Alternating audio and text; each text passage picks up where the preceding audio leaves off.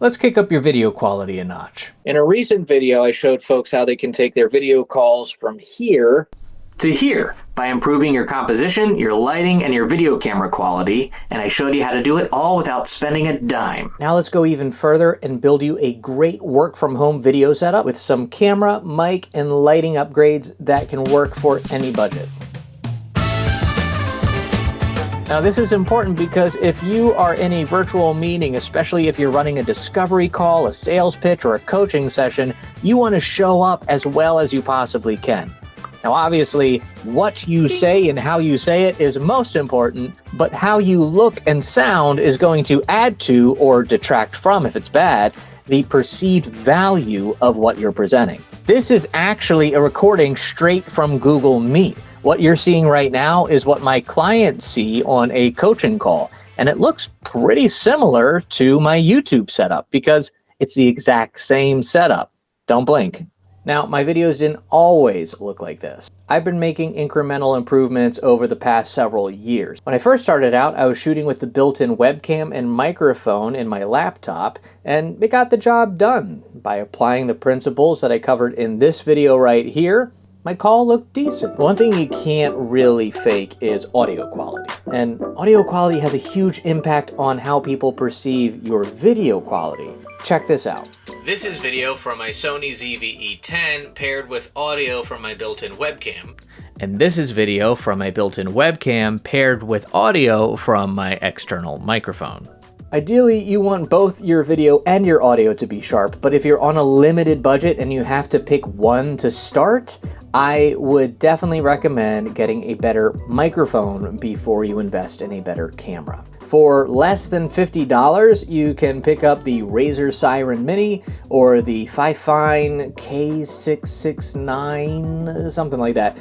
It's a kit. It comes with the microphone, but also a boom arm and a few other accessories. For about $100 to $120, you can get the Elgato Wave 3 or the Sennheiser Profile, the Blue Yeti, or what I'm using, the Samson Q9U. You can spend even more money and get more features, better build quality, better brand reputation. But depending on your use case, if you're just leveling up your call quality, you don't need to spend a ton of money. I landed on the Q9U for 3 reasons.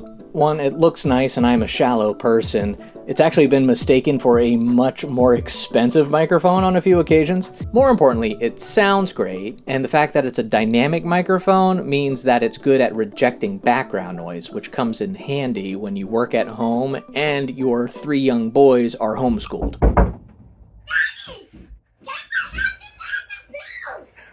What? Oh, good!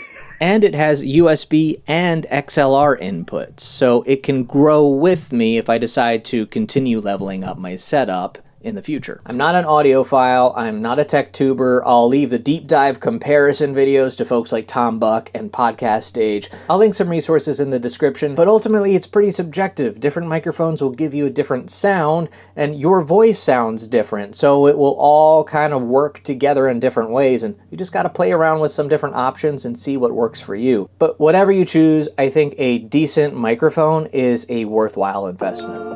Now let's take a look at cameras. Webcams are a natural place to start shopping, but by and large, they aren't great. They're getting better, but you have to shell out at least $100 before you get to what I would consider a decent image. At least one that's going to compare with or surpass your phone camera that you can use as a webcam for free.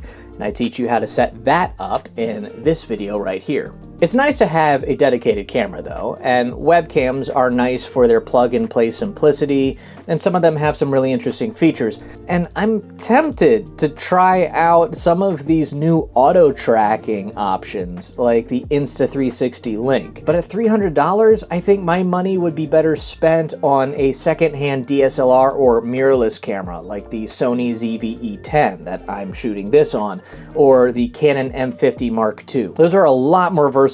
They'll offer you a lot more control over your image. And similar how the XLR input on my microphone gives me an upgrade path to more professional audio mixing options if I choose to pursue that in the future, a mirrorless camera with interchangeable lenses and filters, that will allow you to upgrade your setup with better glass and just have a lot more flexibility. Some of these cameras allow you to simply just plug in a USB cord and you're off to the races using that camera as a webcam, but some might require an HDMI capture card like the Camlink, but there are cheaper options available on Amazon that you can grab for as little as $20. Again, how big and expensive you want to go is determined by your use case. Keep in mind, Zoom and Google Meet and other apps are going to reduce the video quality. They're going to compress it a bit for streaming. And if all you really care about is live video calls, you probably don't need to invest a ton of money trying to get the absolute best image quality possible when it's just going to get crushed down. A decent webcam like the Brio 500 will do the trick. But if you're interested in maybe starting a YouTube channel or a video podcast or recording digital courses or other training material, then it might be worthwhile to go the mirrorless camera route. Whichever camera you choose, in order to get the most out of it, you're going to want to put a little thought into your lighting. Now, you can use a window, but you're at the mercy of the elements and the time of day. And you can use a desk lamp or a table lamp. Just make sure it's bright enough and it's the right color. A warm white bulb will give you a very different look from a daylight bulb. And make sure it's soft and diffused. You don't want to blast light directly on your face. You want to filter it through something. A large lampshade or bounce it off the wall. The problem with diffusing and bouncing light, though, is it's going to cost you a little bit in brightness. So consider picking up a dedicated video light that's going to be a lot brighter than a conventional light bulb. Skip those small LED panels that sometimes get packaged in webcam kits and mount to the top of your monitor. Those are too small and they're going to cast a harsh hot spot and unflattering shadows. You want something a little larger. Something like this LED panel from Neewer would be a nice option. I don't know if they make this specific model anymore, but there's lots of similar lights on the market. It is color adjustable, it's nice and bright, it mounts right on your desk, doesn't take up that much space, but honestly, this is still a little on the small side, at least for shining directly on me. What I did with this one was I actually turned it around and blasted it against the wall, and that created a nice, soft, even light, similar to what you see right now. And I'm creating this look with a new light that I picked up. This is the Amaran 60D, and I like this in large part because it is small part. It is low profile, it fits right behind my desk setup, but it still cooks.